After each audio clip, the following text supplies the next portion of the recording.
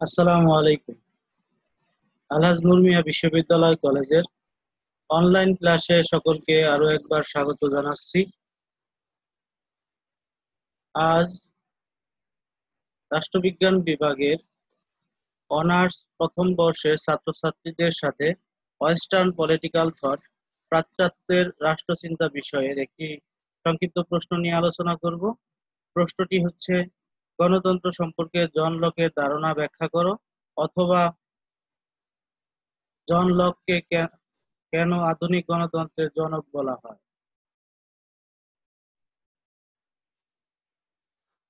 তাহলে আমরা শুরু করি। জন লককে প্রায়শই তার রাজনৈতিক তত্ত্বের জন্য আধুনিক গণতন্ত্রের জনক বলা হয়, যা তিনি সিভিল গভর্নমেন্টের দুটি চুক্তিতে গড়ে তুলেছিলেন। দুটি গ্রন্থের মধ্যে দ্বিতীয় গ্রন্থটি রাজনৈতিক দর্শনের ইতিহাসে বিশেষভাবে গুরুত্বপূর্ণ। টু ট্রিটিস অফ সিভিল গভর্নমেন্টের প্রথম বইটি হচ্ছে ট্রিট। 88 সালের গৌরবময় বিপ্লবের ঠিক এক বছর পরে দ্বিতীয় গ্রন্থটি প্রকাশিত হয়েছিল, এবং এই গ্রন্থটিও বিপ্লবকে ন্যায্যতা দেয়। এই কাজে লক যে রাজনৈতিক দর্শন বিকাশ করেছিলেন তা অত্যন্ত গণতান্ত্রিক এবং ইংরেজি রাজনীতিতে এবং আমেরিকান সংবিধানের নেও এর অনেক প্রভাব ছিল। তিনি এখানে প্রস্তাবিত শাসক ও শাসিতের মধ্যে সম্পর্ক তার আগে প্রদত্ত যে কোনো তত্ত্বের চেয়েও বেশি গণতান্ত্রিক বলে মনে করা হয়। জন লক যে ধারণাগুলি নিয়ে আলোচনা করেছেন সেগুলোর মধ্যে রয়েছে পুরুষদের সমতা, সংখ্যাগরিষ্ঠের সম্মতি, ক্ষমতার বিভাজন এবং বিদ্রোহের অধিকার। তাছাড়াও রাষ্ট্রের উৎপত্তি সংক্রান্ত মতবাদের সাথেও অনেকগুলো তত্ত্ব তিনি দিয়েছিলেন। আমরা একটু যদি গভীরভাবে দেখি তাহলে দেখা যায় যে প্রকৃতির অবস্থা এবং পুরুষদের সমতা। লক তার রাজনৈতিক দর্শন শুরু করেন প্রকৃতির অবস্থার চিকিৎসা দিয়ে। তিনি এই অবস্থাটি তার সমসাময়িক রাজনৈতিক চিন্তাবিদ হবস থেকে খুব আলাদাভাবে বর্ণনা করেছেন। প্রকৃতির অবস্থা লক করার জন্য হবস বর্ণিত সকলের বিরুদ্ধে যুদ্ধ নয়। অন্যদিকে পুরুষরা তাদের যুক্তি অনুসারে পৃথিবীতে কোনো সাধারণ শ্রেষ্ঠ ছাড়া তাদের মধ্যে বিচার করার কর্তৃত্বের সাথে একত্রে বসবাস করেছেন। লক তাকে প্রকৃতির যথাযথ রাষ্ট্র হিসেবে অভিহিত করেছেন। সুতরাং লক পুরুষদের সাম্যের উপর জোর দেয়। সমস্ত পুরুষই ইকুয়াল, সমান হিসেবে সৃষ্টি করেছেন। ঈশ্বর তাদেরকে সমান হিসেবে সৃষ্টি করেছেন এবং কেউ অন্যের চেয়ে শ্রেষ্ঠ নয়। ইকুয়ালিটি, সাম্যতার এই ধারণাটির পরে জেফারসনকে প্রভাবিত করে যখন তিনি স্বাধীনতার ঘোষণাপত্রটি লিখেছিলেন। আমেরিকার স্বাধীনতার ঘোষণাপত্রটি যখন লিখেছিলেন এটা তাকে প্রভাবিত করেছিল। ব্যক্তিগত সম্পত্তি, জন লকের কাছে মানুষের সম্পত্তির অধিকার সহ কিছু বুনিয়াদী অধিকার রয়েছে। প্রকৃতির রাজ্যেও পুরুষদের সম্পত্তির অধিকার ছিল এবং সম্পত্তির ন্যায্যতা হচ্ছে শ্রম। সুতরাং মানুষ তার শ্রম দ্বারা তার মূল অবস্থা থেকে যেই রূপান্তরিত হয় তা তার হয়ে যায়। সম্পত্তি দ্বারা তিনি জীবন, স্বাধীনতা ও সুখকেও বুঝিয়েছিলেন। সামাজিক চুক্তি ও সংখ্যাগরিষ্ঠের সম্মতি। পুরুষরা যে চুক্তির মাধ্যমে প্রকৃতির অবস্থা এড়িয়ে গিয়ে নাগরিক সরকারে প্রবেশ করেছিল তা হলো সামাজিক চুক্তি, এবং প্রধানত তার সম্পত্তি সংরক্ষণের জন্য সিভিল সরকারে প্রবেশ করেছিলেন। তার অর্থ তার জীবন, স্বাধীনতা এবং সুখ।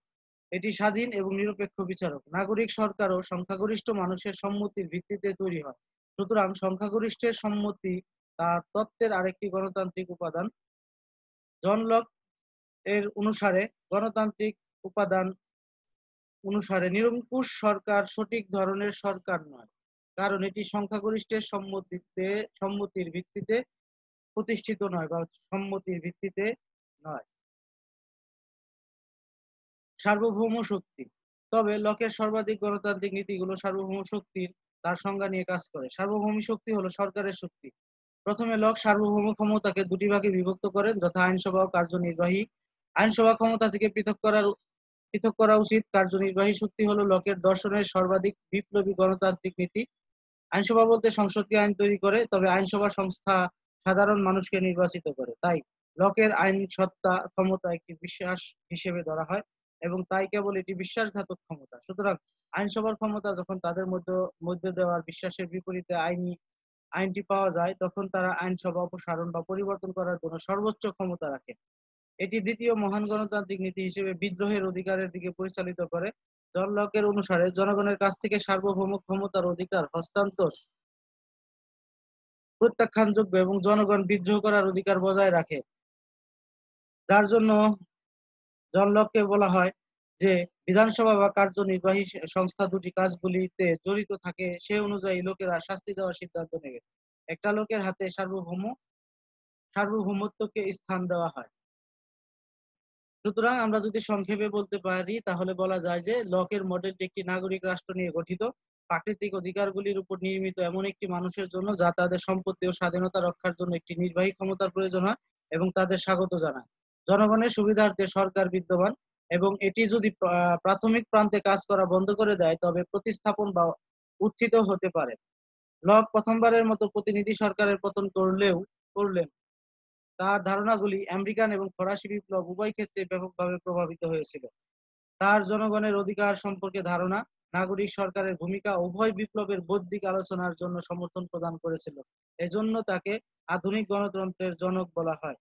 সুতরাং আমরা উপরোক্ত আলোচনার পরিপ্রেক্ষিতে বলতে পারি যে জন লক যে সকল গণতান্ত্রিক বিষয় নিয়ে আলোচনা করেছেন তার বিস্তারিত কথাগুলো আমরা যদি একত্রে বলি তাহলে এই কথাগুলোর প্রেক্ষিতেই তাকে আধুনিক গণতন্ত্রের জনক হিসেবে চিহ্নিত করা হয় এবং আধুনিক গণতন্ত্রের জনক হিসেবে বলা হয়। তো আলোচনা এ পর্যন্তই।